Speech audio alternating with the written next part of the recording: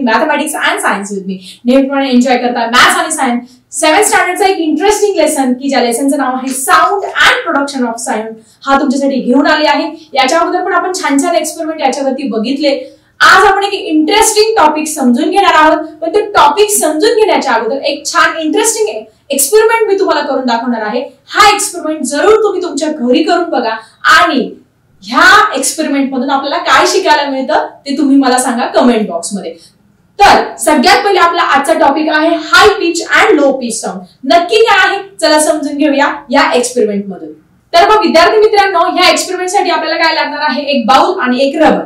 Rubber तुमच्याकडे easily available होईल आणि घरातलं कुठलंही एक स्वयंपाक किचन मधलं एक कुठलंही एक बाउल घ्यायचं आहे. मग आता हे जे रबर आहे मी काय करते आहे ह्या तुमच्या बाउल वरती अशा पद्धतीने काय केलं आहे स्ट्रेच करून. आता काय केलं हे जे रबर आहे आपण ह्या बाउलला अशा पद्धतीने अटॅच केलं आणि आता साऊंड कसा प्रोड्यूस होतोय व्हायब्रेशनमुळे म्हणजे ध्वनीच्या कंपनांमुळे हा आवाज कसा निर्माण होतोय हे तुम्ही प्रॅक्टिकली बघा. घरी सुद्धा एक्सपेरिमेंट करून बघा. आता आपण बघूया व्हायब्रेशन्स कसे निर्माण होतो आणि आवाज बघा.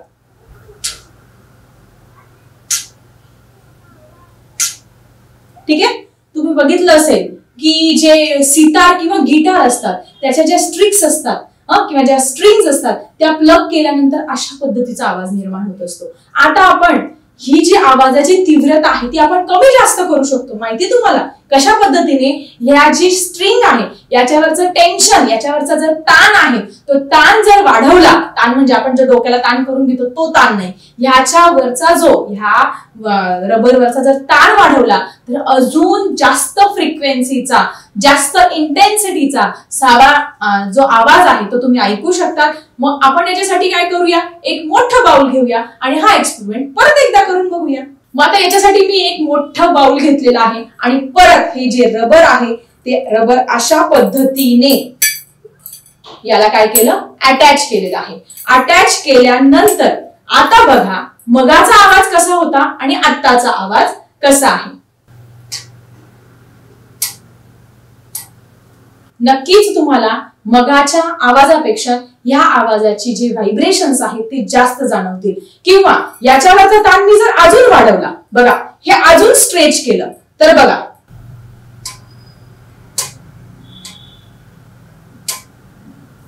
ठीक आहे. सो अशा पद्धतीने हा हाय पिच आणि लो पिच जो साऊंड आहे तो प्रोड्यूस केला जात असतो. आता बघा आता व्हायब्रेशन्स कसं आहे कुठल्याही याचा आवाज कसा निर्माण होतो. आता आपण याच्यासाठी साधा घरातला एक्सपेरिमेंट करू शकता.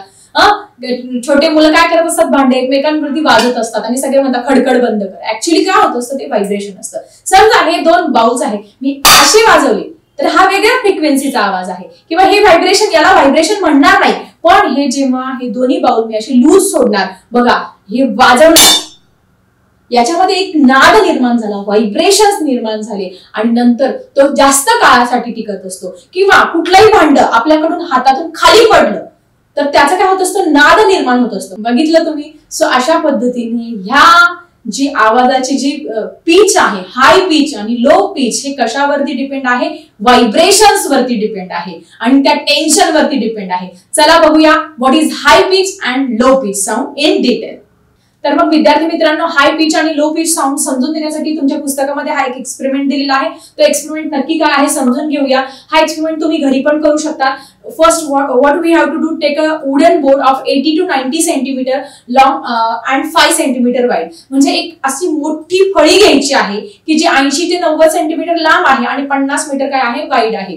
त्यानंतर पुढे काय करायचंय हातोडीच्या साह्याने ह्या फळीवरती 2 असे खिळे ठोकायचे आहे आणि त्यानंतर त्या दोन्ही खिळ्यांच्या मध्यभागी एक जी वायर आहे किंवा अशी जी तार आहे ती अशी ताणून स्ट्रेच करून काय करायची आहे अशा पद्धतीने बांधायची आहे. त्यानंतर त्या जो एक खिळा आहे त्या खिळ्याच्या एका साइडनी एक त्रिकोणाकृती काय करायचं आहे ब्लॉक्स त्या टायर त्या ती जी वायर तुम्ही आकृतीमध्ये बघू शकता त्या वायरच्या वरती ठेवायची आणि नंतर ती वायर प्लग करून बघायची. आवाज तुम्हाला निर्माण झालेला दिसेल. त्यानंतर त्या आवाजाची तीव्रता कशी आहे ती जे व्यवस्थित तुम्ही ऑब्झर्व करा.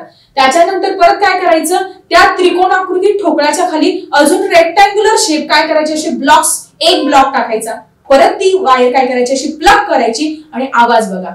जसं जसं तुम्ही त्या वायरवरचं टेन्शन वाढवताय, त्याच्यावरचा ताण वाढवताय, तसं तसं काय होतं, ह्या एक्सपेरिमेंट मध्ये तुमची जी आवाजाची जी तीव्रता आहे ती वाढत वाढत वाढत वाढत जात असते. त्याच पद्धतीने हेच प्रिन्सिपल तुमचं जे सितार आहे, गिटार आहे, तुमचं जे म्युझिकल स्ट्रिंग इन्स्ट्रुमेंट आहे त्याच्यामध्ये वापरलं जात असतं. म्हणजे त्याच्यामध्ये काय असतात, अशा 7 तारा असतात. मग जो म्युझिशियन आहे त्याला कुठल्या फ्रिक्वेन्सीचा, कुठल्या आवाजाचं तो म्युझिक प्रोड्यूस करायचं त्याच्यानुसार मग तो काय करत असतो, त्या खुंटीवरती अशा पद्धतीने ह्या ज्या वायर्स आहेत त्या अशा ताणून बांधलेल्या असतात. जर जास्त फ्रिक्वेन्सीचा आवाज असेल तर ती जी तार आहे किंवा ती जी वायर आहे ती अजून ताणून बांधलेली असते. कमी फ्रिक्वेन्सीचा त्याच्यावरचा थोडा ताण कमी, अजून कमी फ्रिक्वेन्सीचा अजून त्याच्यावरचा ताण कमी, आणि अगदी सॉफ्ट साऊंड पाहिजे असेल तर अगदी ती वायर लूज सोडलेली असेल. अशा पद्धतीने हाय पिच आणि लो पिच जो साऊंड आहे तो अशा पद्धतीने प्रोड्यूस केला जात असतो. By which concept, by increasing the tension on the wire. त्या वायरवरचं टेन्शन वाढवलं तुम्हाला हाय पिचचं साऊंड मिळणार, त्या वायरवरचं टेन्शन कमी केलं तुम्हाला मिळणार लो पिचचं साऊंड. सो ह्या एक्सपेरिमेंटद्वारे हे पण क्लिअर झालं असेल आणि मी तुम्हाला वेगवेगळे एक्सपेरिमेंट करून दाखवले, त्याच्यावरून तुम्हाला हाय पिच आणि लो पिच साऊंड ही कन्सेप्ट छानपैकी क्लिअर झाली असेल. So student, what do we understand from this experiment? That is, when tension is increases, the frequency is also increases, and when tension is decreases, the frequency of the sound is also decreases. Means high tension, high pitch sound, low tension, low pitch sound. So I think clear झालं असेल. मग आता ह्या हाय pitch आणि low pitch sound वरती तुम्हाला पुस्तकामध्ये काही क्वेश्चन्स दिलेले आहे. फर्स्ट क्वेश्चन तुम्ही बघू शकता, which of the sound, the roaring of the lion or the humming of the mosquito has a higher pitch? साधा सोपा प्रश्न आहे. तुम्हाला काय विचारलंय की जो टायगर आहे, वाघाची डरकाळी किंवा तुमचं जे मॉस्किटोचं जे हमिंग म्हणजे जे तुम्ही डास बघितला असेल, तो डास आपल्या कानाभोवती असं गुन गुन गुन आवाज करत असतो. मग ती वाघाची डरकाळी जास्त हाय पिचची आहे की ते जे मॉस्किटोची जी गुणगुण आहे ती हाय पिचचं आहे? मग तुम्ही सांगाल की ऑब्विसली आपण म्हणाल की जे गुणगुण आहे डासाची तीच लो पिच आहे आणि वाघाची डरकाळी हाय पिच आहे. पण नाही बाळांनो, हे टोटली रॉंग आहे. सायन्स असं सांगत नाही. दॅट इज, मग आता काय खरं आहे, चला याच्या मागचं सायन्स आणि याचं खरं आन्सर समजून घेऊया.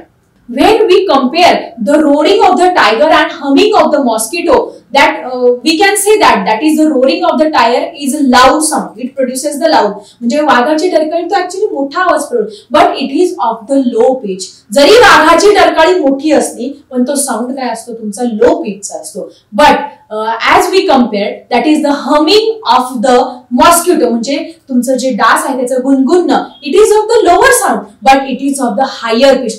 गुण गुण गुण व्हायब्रेशन होत असतं, पण तो काय असतो हायर पिचचा साऊंड असतो. दॅट्स वाय इथे तुमचं उत्तर 100% चुकू शकतं. सगळे विद्यार्थी काय उत्तर लिहिणार की वाघाची डरकाळी हाच मोठा हायर पिचचा sound. No, here the humming of the mosquito is a high pitch sound. So I think या प्रश्नाचं उत्तर तुमचं इथे छानपैकी क्लिअर झालं असेल. So student, let's see one more question. So student, second question दिलेला आहे, which structure of the sitar helps to produce their higher and lower pitch of the sound? Already मी तुम्हाला याचं एक्सप्लेन केलेलंच आहे. You can write this answer with your own. स्वतःच्या मनाने सुद्धा तुम्ही उत्तर लिहू शकता. मग आता सगळ्यात महत्त्वाचं, तुमची जी सितार आहे, तुम्ही बघितलं असेल सितार ही अशा पद्धतीने दिसत असते म्युझिकल इन्स्ट्रुमेंट आहे. मग याच्यामध्ये 2 स्ट्रक्चर असतं. एक असतं हेड आणि एक लॉंग काय असतं त्याचं नेक असतं. म्हणजे बघा, तो तंबोरा असतो गोल आणि एक लॉंग त्याची काय असते, एक दांडी असते. मग त्याच्यावरती काय केलेलं असतं, the free neck of this sitar having many nails to roll the strings on it. It having the 7 strings, त्याला 7 तारा अशा आडव्या लावलेल्या असतात attach, and it having the different type of tension. By adjusting tension on it, we can produce the higher and lower pitch sound. म्हणजे या तारांवरती, या सप्त तारांवरती आपण जो टेन्शन आहे, जो ताण आहे तो कमी जास्त करून आपण पाहिजे त्या फ्रिक्वेन्सीचा आवाज हा प्रोड्यूस करू शकतो. So I think higher pitch of the sound and lower pitch of the sound ही कन्सेप्ट तुमची अगदी छानपैकी आजच्या या लेक्चर मध्ये क्लिअर झाली असेल. अशाच इंटरेस्टिंग टॉपिक सह भेटूया आपल्या नेक्स्ट व्हिडिओमध्ये. आय थिंक तुम्हाला व्हिडिओ नक्की आवडला असेल. लाईक करा, आमचा उत्साह वाढवा आणि तुमच्या फ्रेंड सोबत शेअर पण करा, म्हणजे त्यांच्या पण ज्ञानामध्ये भर पडणार आहे. आणि सर, जर काही विद्यार्थी नवीन असतात ते सबस्क्राईब करायला विसरत नाही, तर नक्की सबस्क्राईब करा चॅनलला. चला भेटूया नेक्स्ट व्हिडिओमध्ये. आता मी थांबते. Bye everyone.